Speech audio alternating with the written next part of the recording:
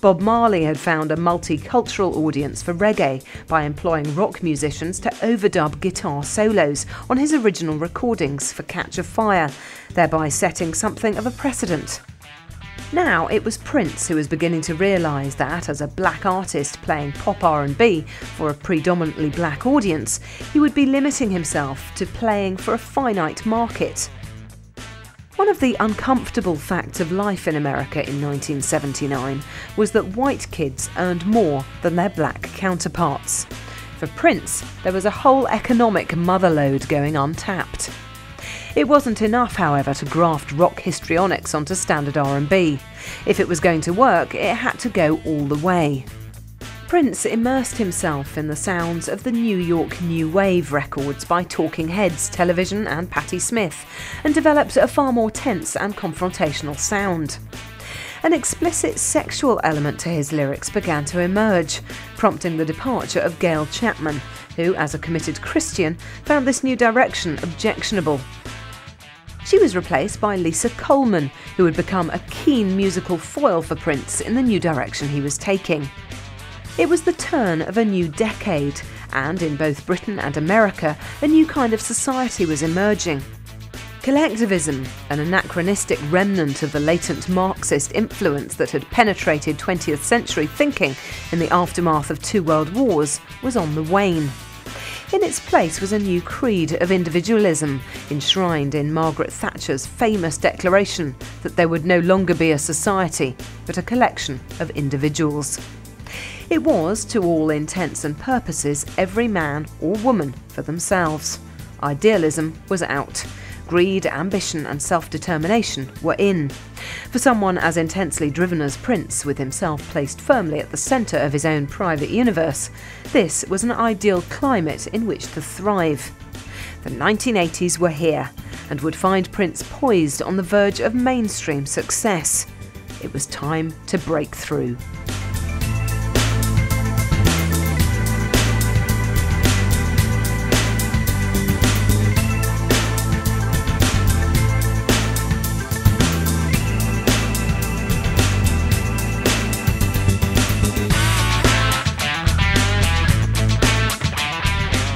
If you go back and you look at music, you'll see a big change when MTV came into business. And that's not to say that they're running it, but that sort of mentality is what is king now.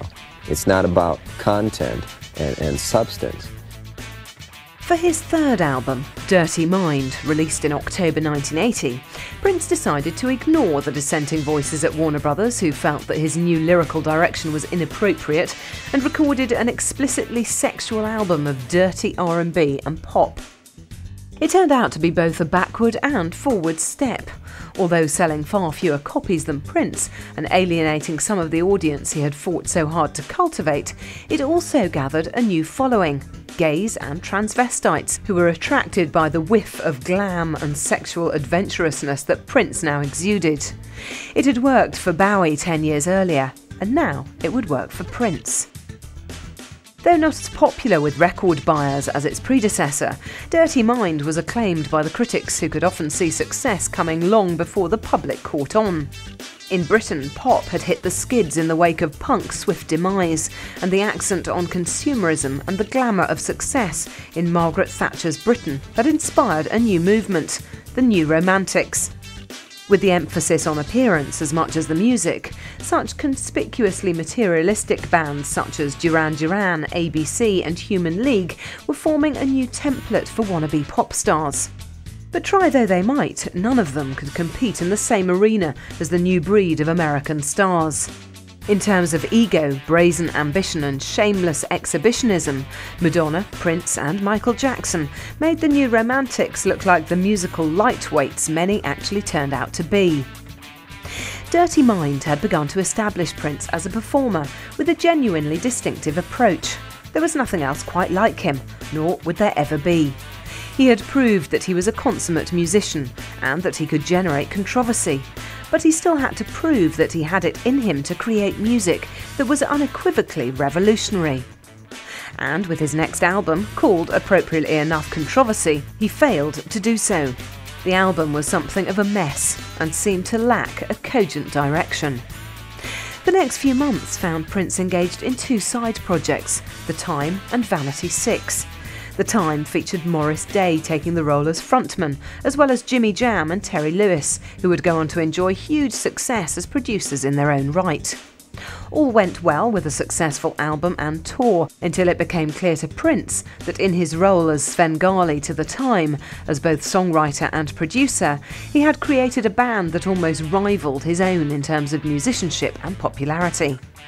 For Vanity 6, it was a case of Prince, the eternally vain control freak, trying to build a fantasy world of glamour and success for Vanity, a woman he had become sexually obsessed with.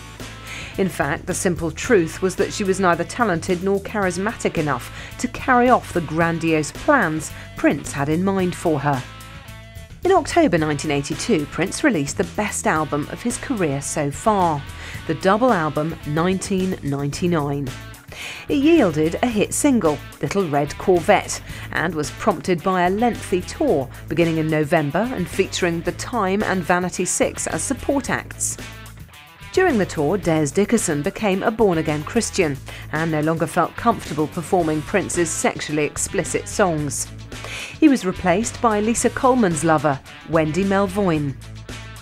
1999 was popular with both critics and the public, but Prince was aware that in order to take his place at the top table of pop, he needed to connect with Middle America. He aspired to the world of stadiums, limousines, constant rotation on MTV, and the kind of blanket saturation of the entertainment media that made it impossible to be ignored. And very often the kind of attention of the predators of the world's press that can make you wonder why you bothered in the first place. To put his plan for world domination into action, Prince decided to combine his next recording project with a film. Purple Rain contained all the elements needed to project Prince as a world-class pop star, defying the boundaries of race, gender and musical category. The title track built to an anthemic crescendo that seemed to be deliberately designed to unite large crowds in a fervour of banner-waving ecstasy. The soundtrack album's leading single, When Doves Cry, was an audacious avant-garde pop masterpiece that defied categorisation.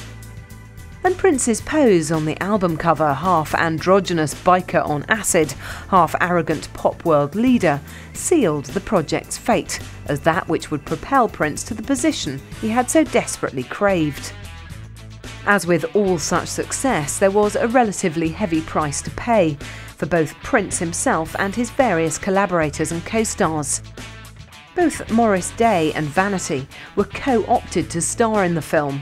Vanity dropped out before filming began, but Morris Day proved to be a skilled comic actor and effectively stole the film from its supposed star.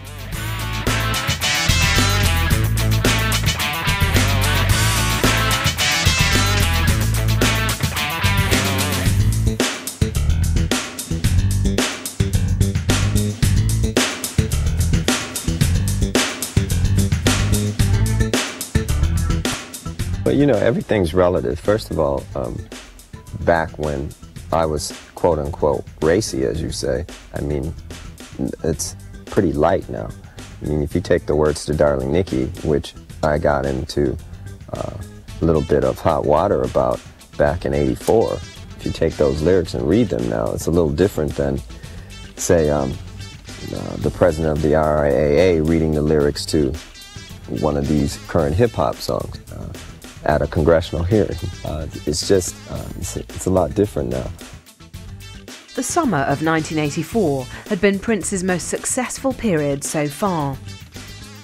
In fact, he would never regain such all-encompassing popularity as had been brought to him by the release of When Doves Cry in May, Purple Rain the album in June, and the film itself in July, complete with its Oscar for Best Song Score.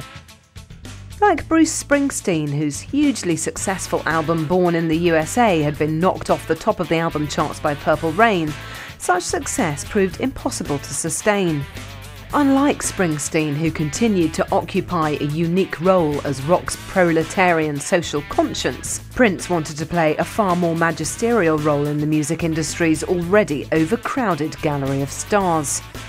Yet not even Prince could defy the rules of nature and predetermination. Not everything he touched turned automatically to gold.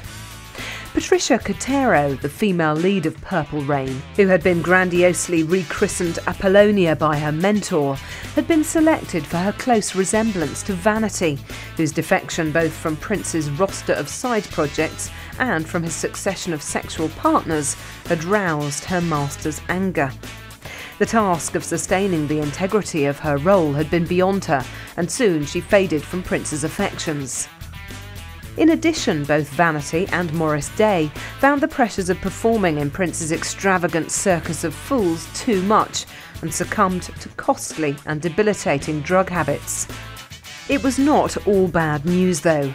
One of the more recent additions to Prince's on-stage band, now known as The Revolution, included percussionist Sheila Escovedo, whose father Pete had played with Santana. Her Prince-masterminded single, The Glamorous Life, released under the Prince-inspired name Sheila E., reached #1 in the Billboard dance charts. Another female singer, Sheena Easton, formerly an embarrassingly provincial pop nonentity, was reinvented as a sultry diva, singing a Prince song called Sugar Walls, referring somewhat unambiguously to a woman's vagina. And for veteran soul belter Chaka Khan, there was to be a top 3 hit with I Feel For You from Prince's second album. For Prince, the workaholic, there was to be little time for relaxing. During the Purple Rain tour, he set about recording his next album, taking precious time between gigs with engineer Susan Rogers to write and record new songs, often working all night.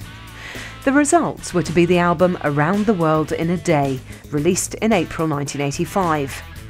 Though it went straight to #1 in its first week of release, this may have been more a knee-jerk reaction to Prince's newfound status as King of the World than to its musical content. One thing was for sure, the new album was not to be Purple Rain Part 2. This was to be seen as a credit to Prince, as he was clearly disinclined to sit back and repeat past successes. Yet the Purple Rain tour had seen him making concessions to mainstream pop culture, with extravagant spectacle replacing the edgy, innovative stage shows that had characterised his early work. Not surprisingly, in manoeuvring himself into position as one of the world's top performers, he had also restricted his own artistic and personal freedoms. No longer free to live as a normal person, he began to surround himself with an army of bodyguards and personal advisors. He had become a victim of his own success. Both friends and band members would recall that from then on he became remote and unapproachable, retreating into a private world of paranoia and grandiose delusion. He had compromised himself in other respects too. His standing in the black community was one of cautious ambivalence. Having surrounded himself with almost exclusively white band members, he was no longer an ambassador for the empowerment of black people. And although in many respects his decision to employ 2 lesbians, a female drummer and a female recording engineer, showed that there was more to Prince than a chest-beating testosterone warrior in the mould of Bruce Springsteen, it soon became clear that you couldn't please all of the people all of the time. An American politician's wife, named Tipper Gore, was shocked to find her teenage daughter listening to Purple Rain's sexually explicit song Darling Nikki, and decided that it was an affront to decent American values, whatever that might mean. This led to the formation of such self-righteous pressure groups as the Parents Music Resource Centre, which resulted in parental advisory labels being printed on an increasing number of album sleeves, particularly in later years when rap and hip-hop began to spread into the mainstream. In fact, such a measure may have merely served to help young consumers readily identify which records were worth buying, as an embargo by someone like Tipper Gore served as an indication that the record in question was guaranteed to annoy your parents.